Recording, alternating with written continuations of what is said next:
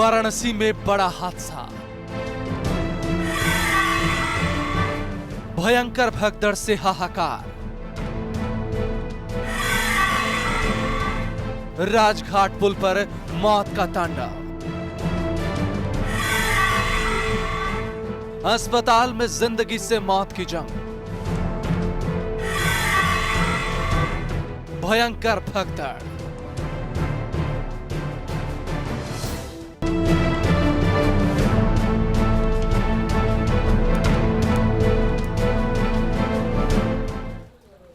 नमस्कार, स्वागत है आपका न्यूज स्टेट उत्तराखंड उत्तर प्रदेश पर। मैं हूं आपके साथ अंजीत। वाराणसी में हादसे के बाद 24 लोगों की मौत हुई और इस भगदड़ में जो 24 लोग मारे गए उनमें ज्यादातर महिलाएं शामिल हैं। अब सवाल ये उठ रहा है कि आखिर इस हादसे का गुनहगार कौन, क्योंकि जब आम लोग मरते हैं तो उनकी मौत के साथ ही वो सवाल भी दफन हो जाते हैं जो उठाए जाते हैं। मुआवजे का मरहम तो लगता है, लेकिन बहुत दिन तक सरकार भी उसके साथ कदम ताल नहीं कर पाती है और सवाल ही बना रहता है कि आखिर हादसा कैसे हुआ, गुनहगार कौन है, गुनहगारों के खिलाफ कार्रवाई हुई या नहीं हुई, लापरवाह किस रूप में है, कुछ भी पता नहीं चलता। और यही हुआ धार्मिक नगरी वाराणसी में भी, जब पुल पर मची भगदड़ में 24 लोगों की मौत हो गई। यह हादसा राजघाट पुल पर हुआ। मौका था जय गुरुदेव के समागम का, लेकिन राजघाट से भक्तों के काफिले में अचानक भगदड़ मच गई। हादसे में अब तक 24 लोगों की मौत की पुष्टि हुई है, जबकि कई घायल हैं। प्रधानमंत्री और राष्ट्रपति से लेकर सीएम तक ने इस हादसे पर गहरा दुख जताया और पीड़ितों को हर मुमकिन मदद का भरोसा भी दिलाया है। लेकिन हम तो अब भी पूछ रहे हैं कि आखिर गुनहगार कौन। सड़कों पर बिखरा सामान, चीख पुकार और बदहवास लोग, ये निशान है मौत के उस तांडव का जिसने काशी में कोहराम मचा दिया। मौत की भगदड़ में 20 से ज्यादा लोगों की मौत हो गई, जबकि सैकड़ों की तादाद में लोग घायल हुए। घायलों में से कुछ अस्पतालों में जिंदगी और मौत के बीच जूझ रहे हैं। कैसे कैसे मैं भी गिरा, देखो मेरा पैंट पे गिर गए, हमारे ऊपर भी 2-3 लोग गिरे।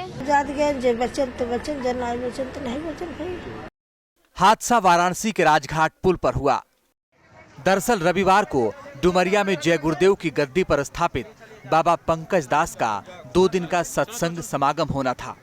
इसके लिए कई शहरों के लाखों अनुयायी वाराणसी पहुंचे थे। शनिवार सुबह से ही राजघाट पुल पर गुरुदेव के अनुयायियों का पैदल मार्च चल रहा था। इससे वहां ट्रैफिक पर रोक लगा दी गई, जिससे पूरे शहर में जाम लग गया। इस बीच अचानक पड़ाव के पास भगदड़ मच गई। जो लैब्स है निश्चित रूप से वो सब चीज़ें इंक्वायरी में आएंगी। कहीं पर भी लापरवाही, नेग्लिजेंस जहाँ पर भी पाई जाएगी और जिस स्तर पे भी पाई जाएगी उनके खिलाफ एक्शन होगा। सर, कितनी डेथ हुई है? सर, हुई है? 19 डेथ्स जो हैं हमारे पास इधर रिपोर्टेड हैं और कुछ डेथ 5 डेथ उधर हैं। कुल मिला के 24 डेथ अभी तक रिपोर्ट हुई है हमारे। हादसे के बाद तेजी से बचाव कार्य शुरू किया गया। घायलों को नजदीकी अस्पताल पहुंचाया गया। प्रशासन ने भी अस्पतालों में अलर्ट जारी कर दिया है और भगदड़ में घायल लोगों को पहले इलाज के लिए निर्देश दिया गया है। मुख्यमंत्री अखिलेश यादव और प्रधानमंत्री मोदी ने हादसे पर शोक जताया है। पीएम ने ट्वीट किया, भगदड़ में लोगों की मौत से मैं भी दुखी हूं। मैंने अधिकारियों से बात की है और भगदड़ से पीड़ित लोगों की हर संभव मदद को कहा है। जो घटना बनारस में ही, हमें बहुत दुख है इस बात का कि वहाँ पर इतनी बड़ी घटना हो गई। अगर घायल या किसी को इलाज की ज़रूरत होगी वो भी सहयोग होगा। वहीं कमिश्नर स्तर पर जांच कर करके किसकी वजह से ये घटना हुई है, घटना में डीएम और एसपी की बड़ी लापरवाही मानी जा रही है। कमिश्नर से जाँच करा करके बहुत जल्दी उसकी रिपोर्ट आ जाएगी। हादसे में मारे गए लोगों के लिए सीएम ने 5 लाख और पीएम ने 2 लाख रुपए के मुआवजे का ऐलान किया है। फिलहाल इस हादसे के बाद पूरे इलाके में मातम पसरा हुआ है। राहत बचाव कार्य चल रहा है।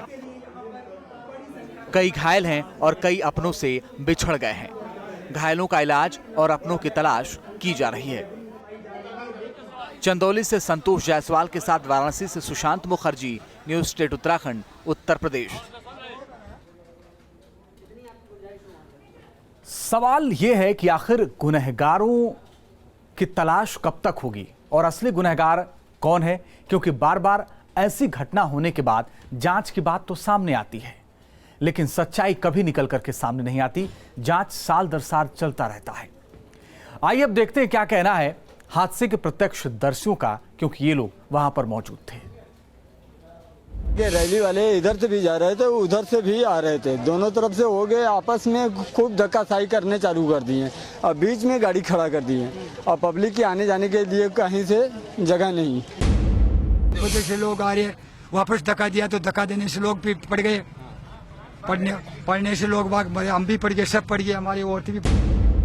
वो बस अचानक से भीड़ बढ़ गई और हम लोग ऐसे ही खड़े थे, अचानक से गिरने, सभी लोग गिरने लगे। जने जात रहे और ये करे बाद एक बैग भीड़ काफी रही, सब जात रहा गए तो एक बैग वहाँ से हल्ला भाई कि पुलिस आई गई, पुलिस गाड़ी मतलब पुलिस वाले जाए नहीं देते हैं। जनता धीरे धीरे इकट्ठा हो गई तो वहाँ से पुलिस वालों ने चार्ज किया लाठी, उसके बाद जनता उधर से इधर भागने लगी तो उसी भगदड़ में सब भीड़ तो पूरे फूल थे, पूरा ब्रिज।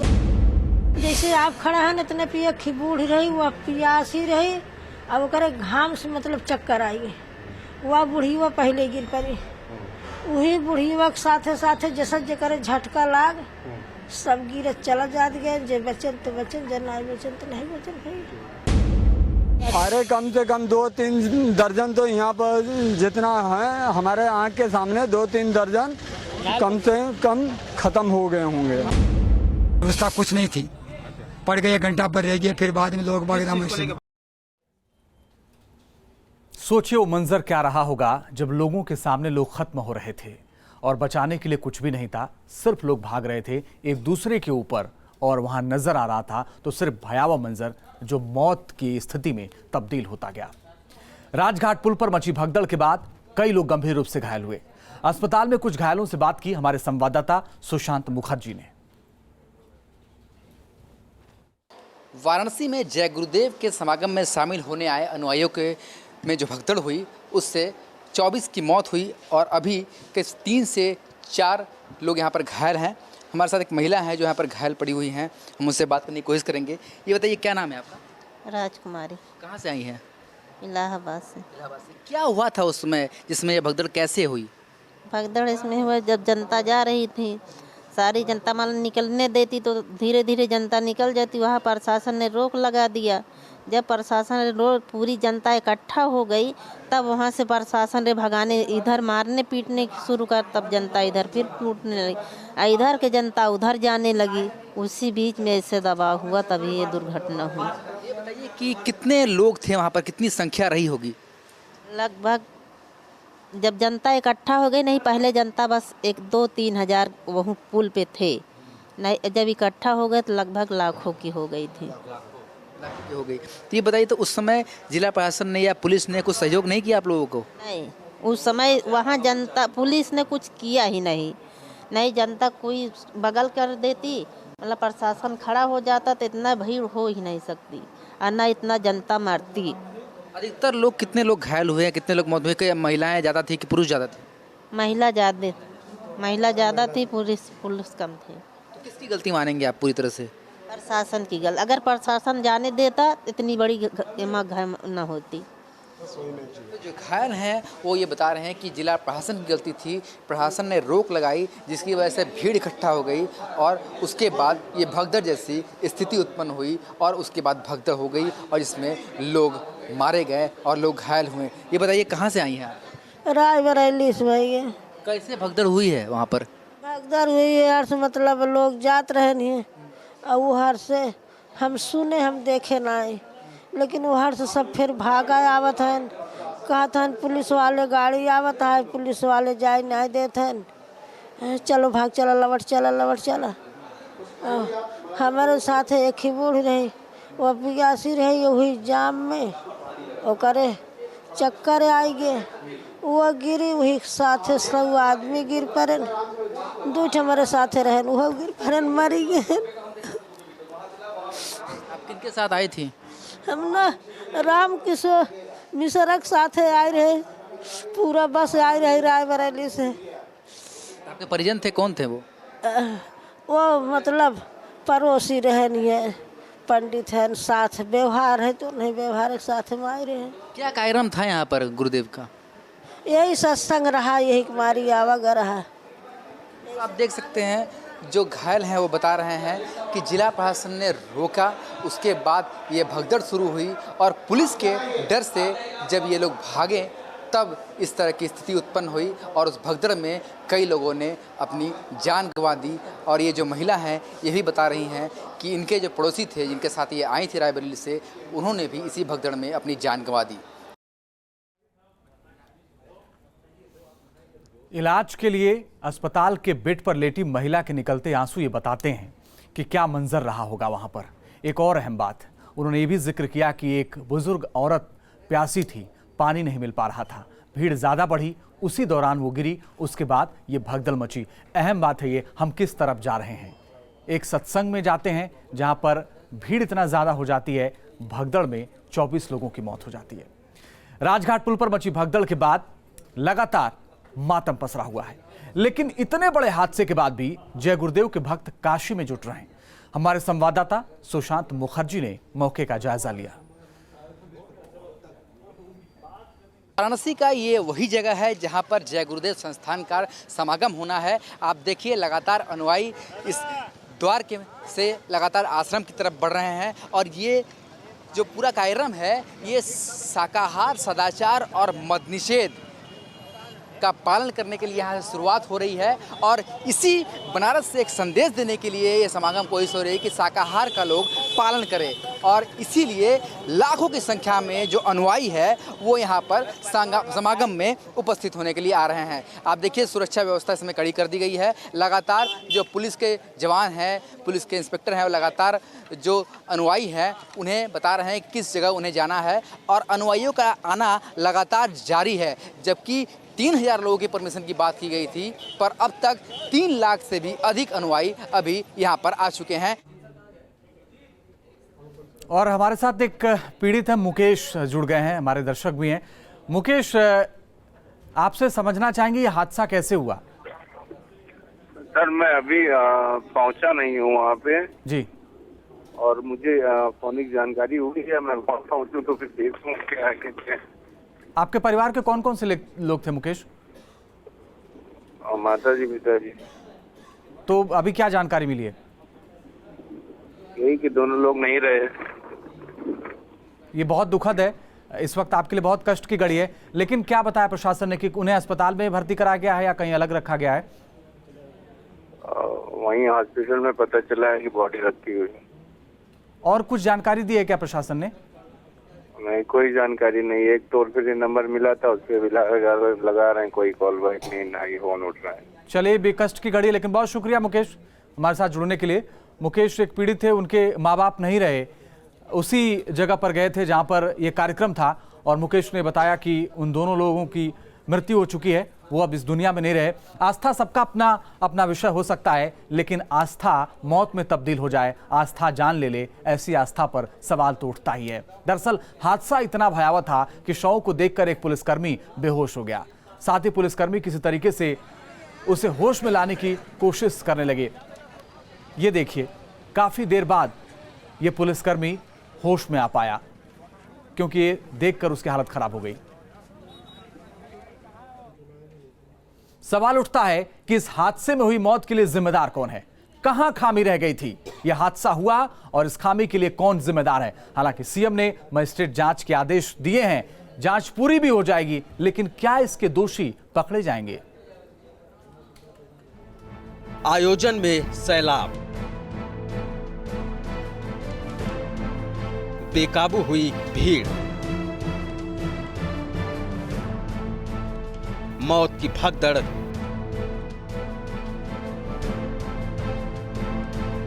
काशी में कोहराम। बड़ा सवाल, जिम्मेदार कौन? सवाल अहम है, 20 से ज्यादा मौत, आखिर इसका जिम्मेदार कौन? तस्वीरें बता रही हैं कि हादसा कितना भयानक रहा होगा। लोग बेमौत मारे गए, बहुतों को मामूली चोटें आई तो कई अस्पताल में भर्ती हैं। कुछ लोगों के घर वाले उनसे बिछड़ चुके हैं। इतना बड़ा हादसा, लेकिन प्रशासन की दलील है कि समागम में महज 3000 लोगों की जुटने की मंजूरी थी, लेकिन ज्यादा लोग जुट गए तो हादसा हो गया। जो परमिशन से अधिक भीड़ और संकीर्ण रास्ते और किसी एक व्यक्ति की मृत्यु के बाद भगदड़ हुई है, हो सकता है वो ओल्ड एज के कारण मरा हो। इसमें कुछ महिलाएं, बच्चे और बुजुर्ग भी थे, बाकी पुरुष थे, और उसी भगदड़ में कहीं ना कहीं ये घटना हुई है। प्रशासन का दावा है कि हादसे की सबसे बड़ी वजह निर्धारित संख्या से ज्यादा लोगों का जमावड़ा था। इसके अलावा पुल टूटने की अफवाह भी सामने आई। साथ ही रास्ता सकरा था जो हादसे की वजह बना। अब सवाल उठता है कि क्या प्रशासन को इस बात का अंदाजा नहीं था कि लोगों का जमावड़ा बढ़ सकता है? रास्ता सकरा था तो पहले से इस बारे में क्यों नहीं सोचा गया? प्रशासन चाहे जो भी दलील दे, लेकिन एक बात तो तय है कि पहली नजर में सारी चूक प्रशासन की ही नजर आती है, क्योंकि जय गुरुदेव के तयशुदा कार्यक्रम में कई शहरों से लाखों श्रद्धालु वाराणसी में जुटे थे। कार्यक्रम स्थल तक पहुंचने के लिए 2 रास्ते थे। पहला राजघाट पुल था तो दूसरा विश्व सुंदरी पुल। राजघाट पुल कार्यक्रम स्थल के पास होने से भीड़ ज्यादा हो गई। धीरे धीरे जाम लगता गया और फिर भीड़ बेकाबू हो गई और भगदड़ मच गई। समागम में शामिल होने आए लोगों का सीधे मौत से साक्षात्कार हुआ। जिन श्रद्धालुओं को समागम में शरीक होना था, उन्हें अब उनके साथी श्रद्धांजलि दे रहे हैं। फिलहाल इलाके में मातम का माहौल है। राहत कार्य जारी है। मुआवजे का भी ऐलान हो चुका है, लेकिन हालात बता रहे हैं कि प्रशासन हादसे के वक्त खामोश बैठा था। शायद अधिकारियों को समझ नहीं आ रहा था कि वो क्या करें। शायद यही वजह रही कि देखते ही देखते 20 से ज्यादा लोग काल के गाल में समा गए। चंदौली से संतोष जायसवाल के साथ वाराणसी से सुशांत मुखर्जी, न्यूज़ स्टेट, उत्तराखंड, उत्तर प्रदेश। और ज्यादा जानकारी के लिए वाराणसी का रुख करते हैं। हमारे संवाददाता सुशांत मुखर्जी इस वक्त सीधे जुड़ रहे हैं। सुशांत, अब तक जिन लोगों की मौत हुई है, उन सब लोगों की पहचान क्या हो गई है? जी, अभी तक जिला प्रशासन से जो जानकारी मिल पाई है, अब तक करीब 18 लोगों की पहचान हो पाई है कि वो कहाँ के रहने वाले थे, उनका नाम क्या है। बाकी जो 4-5 लोग हैं उनकी ही पहचान करने की कोशिश की जा रही है और अधिकतर जो मृतक है उनके परिजनों से बात हो रही है और वो बॉडी को क्लेम करने के लिए वाराणसी के काशी हिंदू विश्वविद्यालय की जहाँ पोस्टमार्टम हाउस है वहाँ पर पहुँचने की कोशिश कर रहे हैं। माना जा रहा है कि सुबह तक सारी बॉडियों की पहचान हो जाएगी और परिजनों को जो भी बॉडी है उनको सुपुर्द कर दिया जाएगा पोस्टमार्टम के बाद। कोई जानकारी मिली है क्या सुशांत की कुछ लोग उत्तर प्रदेश के बाहर के भी यहाँ पर मौजूद हैं और उनकी पहचान कैसे हुई? क्या उनके पास कोई आइडेंटिटी कार्ड था या फ़ोन से जानकारी मिली या कपड़ों से पहचान की गई?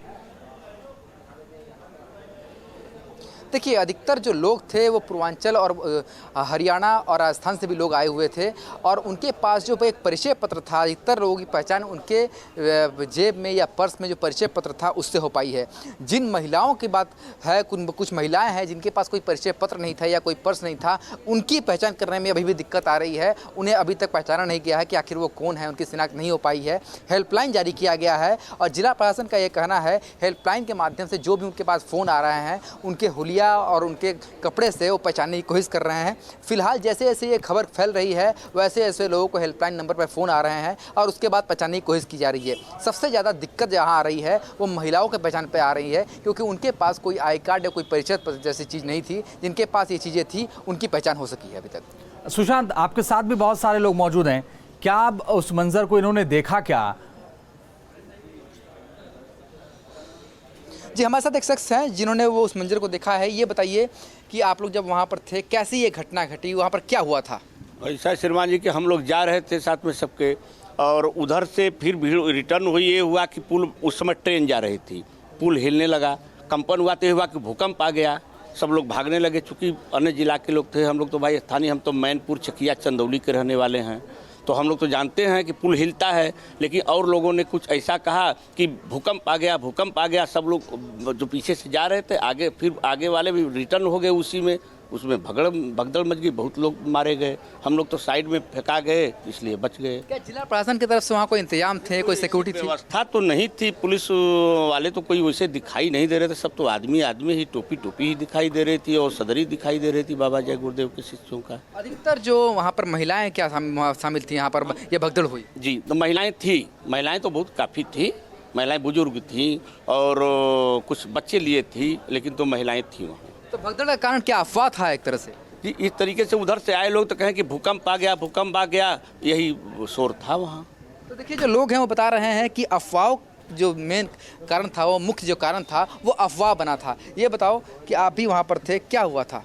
वहाँ पे 15-20 लोग बच्चे थे, वो लोग हल्ला कर दिया और ट्रेन आई तो लोग सोचे कि अब गिर जाएगा, इसलिए सब भागने लगे। उसी में हम लोग भी उसी में दब गए थे, लेकिन बच गए हम लोग। कुछ ऐसे भी लोग हैं जो खुशनसीब रहे, वो वहाँ से बच के निकल गए। ये बताइए कि नगरपालिका के अध्यक्ष भी हमारे साथ हैं, ये बताइए इतना बड़ा कार्यक्रम यहाँ पर हो रहा है, आप लोगों ने जिला प्रशासन से ये बात नहीं रखी थी कि यहाँ पर पूरे इंतजाम होने चाहिए थे? नहीं, बात तो रखी थी, हम लोग का इंतजाम हो भी रहा है। हम भी उस समय बनारस में ही थे, लंका उधर मलदैया एरिया में तो पूरा प्रशासन लगा हुआ था। हम लोग रोड पे देखे तो प्रशासन लगा था। इन लोग के संस्था के जो जय गुरुदेव के लोग थे, उन लोग भी डंडा लेके पास का इलाके में इतनी बड़ी घटना हुई है, इतनी बड़ी भीड़ आई है, ऐसे में इंतजाम क्यों नहीं हो पाया? क्या लगता है, क्या कहाँ चूक हुई?